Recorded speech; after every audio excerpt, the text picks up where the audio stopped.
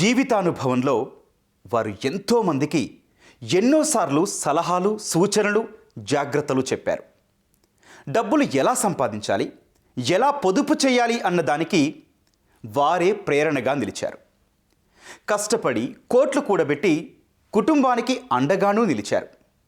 కానీ చివరికి సైబర్ నేరగాళ్ల చేతికి చిక్కి జీవితాంతం కష్టపడి సంపాదించిన డబ్బు, పేరు, మర్యాదలు ఒక్క రోజులో పోగొట్టుకుంటున్నారు. అటు కుటుంబ సభ్యులకు ముఖం చూపించలేక, ఇటు సమాజంలో మోసపోయిన బాధితులుగా బతకలేక జీవిత చరమాంకంలో సతమతమవుతున్నారు. ఎప్పుడూ చిన్న తప్పు కూడా చేయని వారు ఒక్కసారిగా ఇంత పెద్ద స్థాయిలో మోసపోవడంతో తీవ్ర ఒత్తిడికి గురవుతున్నారు. మానసికంగానూ ఇబ్బంది పడుతున్న వృద్ధులకు పోలీసులు సైతం కౌన్సిలింగ్ ఇస్తున్నారు. కుటుంబ సభ్యులను పిలిచి మాట్లాడుతున్నారు.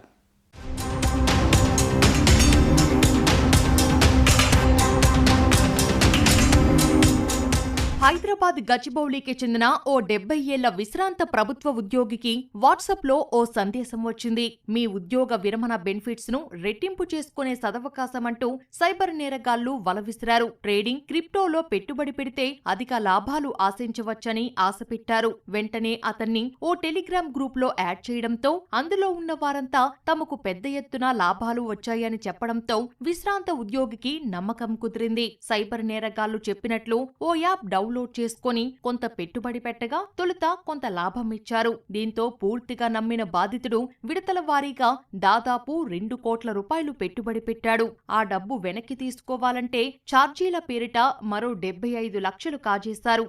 ఇంకా కావాలని ఒత్తిడి చేస్తుండటంతో డబ్బులు కావాలని కుమారుడిని అడిగాడు. అతను పూర్తిగా ఆరా తీయడంతో అసలు విషయం బయటపడింది. తాను మోసపోయానని వృద్ధుడు తీవ్ర మనోవేదనకు గురయ్యాడు. కుంగుబాటుకు లోనవ్వడంతో పోలీసులు కౌన్సిలింగ్ ఇచ్చారు. కుమారుడిని పిలిపించి విషయం చెప్పడంతో అతను తనతో పాటు తండ్రిని దుబాయ్ తీసుకెళ్లాడు.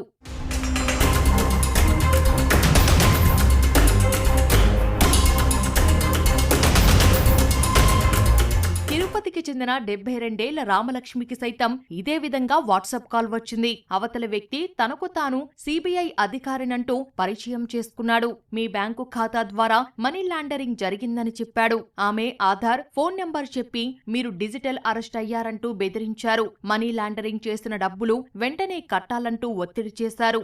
భయపడిన ఆమె దాదాపు 2.5 కోట్లు నేరగాల ఖాతాకు బదిలీ చేసింది. ఆ తర్వాత మోసపోయానని గ్రహించిన భయంతో కుమారుడికి ఈ విషయం చెప్పలేకపోయింది. తన జీవితాంతం కష్టపడిన సొమ్ము పోగొట్టుకున్న ఆమె తీవ్ర మనోవేదనకు గురైంది. ఇప్పుడు డబ్బులు ఎక్కడా అంటే కుటుంబ సభ్యులకు ఏం చెప్పాలో ఆమెకు పాలుపోవడం లేదు. హైదరాబాద్కి చెందిన 70 ఏళ్ల వృద్ధుడు స్టాక్ మార్కెట్ ఇన్వెస్ట్మెంట్ పేరుతో వచ్చిన వాట్సాప్ సందేశానికి స్పందించాడు.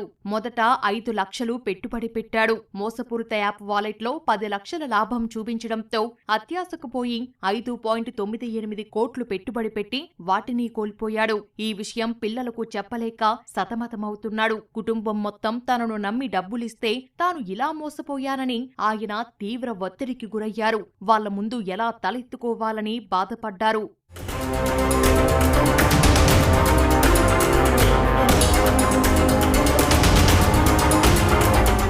సంగారెడ్డిలో ఉండే 68 ఏళ్ల వృద్ధురాలని ఆమె మనవరాలి వాయిస్ ను ఏఐ వాయిస్ క్లోనింగ్ టెక్నాలజీతో వాయిస్ చేంజ్ చేశారు. తాను ప్రమాదంలో ఉన్నానని వెంటనే డబ్బులు పంపించాలంటూ ఏడుస్తున్నట్లు ఫోన్ చేశారు. ఆమె వెంటనే కంగారు పడి 3 లక్షలు బదిలీ చేసింది. ఆ తర్వాత మనవరాలు బాగానే ఉందని తెలుసుకొని ఊపిరి పీల్చుకున్నా ఇప్పుడు తన కుమార్తెకు డబ్బులు పోయిన విషయం ఎలా చెప్పాలని ఆమె వాపోయింది. అలాగే విజయవాడకు చెందిన ఓ వృద్ధుడిని సైతం సిఐడి అధికారి పేరిట బురిడీ కొట్టించి 6 లక్షలు కాజేయడంతో అతను హాస్పిటల్ పాలయ్యాడు.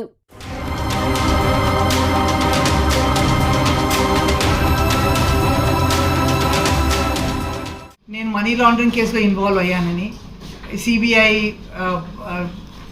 ఈడీ ఇన్వాల్వ్మెంట్ ఉందని నాకు చెప్పారు.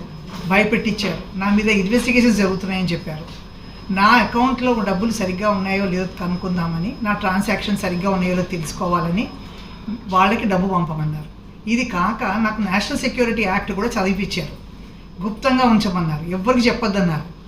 అదేవిధంగా భయపడిపోయి పోలీస్ యూనిఫామ్లో ఉన్న వాడిని స్కైప్లో చూసేసి నన్ను ఇప్పుడే అరెస్ట్ చేస్తారనుకొని నేను ఆ డబ్బు పంపించేసినాను.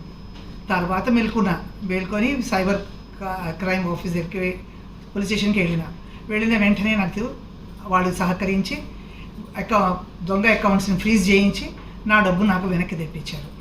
మీరు ఇట్లా జరిగితే వెంటనే 1930కి ఫోన్ చేయండి. ఏ పోలీసుని అయితే చూసి భయపడ్డానో వాళ్ళే నా డబ్బు వెనక్కి తెప్పించారు. అసలు భయపడకండి, 1930 ఫోన్ చేయండి. వృద్ధులు, విశ్రాంత ఉద్యోగులనే సైబర్ నేరగాళ్లు లక్ష్యంగా చేసుకుంటున్నారు. ఆర్థికంగా నష్టపోవడమే గాక మానసికంగానూ వారు తీవ్ర కుంగుబాటుకు గురవుతున్నారు. ఇన్నాళ్లు పిల్లలు, కుటుంబ సభ్యుల వద్ద గర్వంగా తలెత్తుకొని బతికిన వారంతా ఇప్పుడు వారికి కనీసం ముఖం చూపించలేకపోతున్నారు. ఉన్న డబ్బులన్నీ పోగొట్టారనే సూటిపోటి మాటలను తట్టుకోలేకపోతున్నారు. కోడళ్లు, అల్లుళ్ల వద్ద చిన్నతనంతో తలదించుకోవాల్సిన పరిస్థితులు తలెత్తుతున్నాయి. ఎప్పుడూ తనకు ఎదురు మాట్లాడని కుమారులు సైతం చీతరించుకోవడంతో తీవ్ర మానసిక వేదనకు గురవుతున్నారు. కొంతమంది బాధితులు ఈ విషయాన్ని కుటుంబ సభ్యులకు చెప్పుకోలేక సతమతమవుతున్నారు. ఇలాంటి వారికి కౌన్సిలింగ్ ఎంతో అవసరమని పోలీసులు చెబుతున్నారు. ఎస్పెషలీ వృద్ధులు వచ్చేసరికి వాళ్ళల్లో ఒకలాంటి అంటే మేం పెద్దవాళ్ళం, మాకు అంతా తెలుసు అని ఒకటి. రెండోది సో వాళ్ళు ఇది కరెక్టా కాదా అని అడగరు. రీసెంట్గా ఒక కేసులో ఒక 2.5 crores పోగొట్టుకున్నారు. ఆయన రిటైర్డ్ గవర్నమెంట్ ఎంప్లాయీ. సో డబ్బులు ఉన్నాయి, అవి అంటే నేను ఖాళీగా ఉండిపోయాను అన్న ఒక భావన వాళ్ళకి ఎక్కువైపోయింది. So I have to be useful, నేను సంపాదించాలి ఇంకా అన్న దీంట్లో వాళ్ళు ఇట్లాంటి వాటికి త్వరగా ట్రాప్ అవుతున్నారు. సో లిటరల్గా అంటే వాళ్ళు ఇంట్లో చెప్పుకోలేకపోతున్నారు వాళ్ళ స్పౌస్కి కానీ వాళ్ళ పిల్లలకి కానీ. సో దాంతో వాళ్ళ ఎమోషనల్ ఎఫెక్ట్ చాలా ఉంటుంది వాళ్ళకి.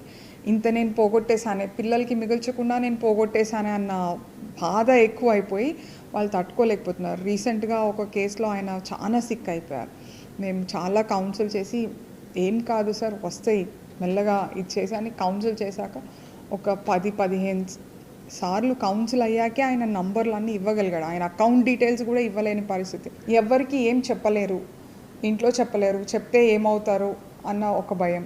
మొత్తం లైఫ్ టైం సేవింగ్స్ అంటే దాదాపు 30-35 ఏళ్ళు కష్టపడి వచ్చిన డబ్బులన్నీ పోగొట్టుకుంటున్నారు.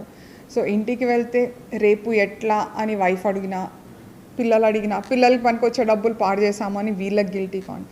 ఇట్లా చాలా వృద్ధులు మరీగా ఎమోషనల్గా హర్ట్ అవుతున్నారు, తట్టుకోలేకపోతున్నారు. సైబర్ నేరగాళ్ల బారిన పడిన వృద్ధులకు కుటుంబ సభ్యుల సపోర్ట్ ఎంతో అవసరం. ఒకవైపు డబ్బులు పోయిన బాధలో ఉన్నవారికి మేమున్నామంటూ చేయూత అందించకపోతే వారు మరింత ఒత్తిడికి లోనయ్యే ప్రమాదముందని నిపుణులు హెచ్చరిస్తున్నారు. అలాగే వృద్ధులకు సైబర్ నేరాలపైన, డిజిటల్ మోసాలపైన తప్పనిసరిగా అవగాహన కల్పించాలని సూచిస్తున్నారు.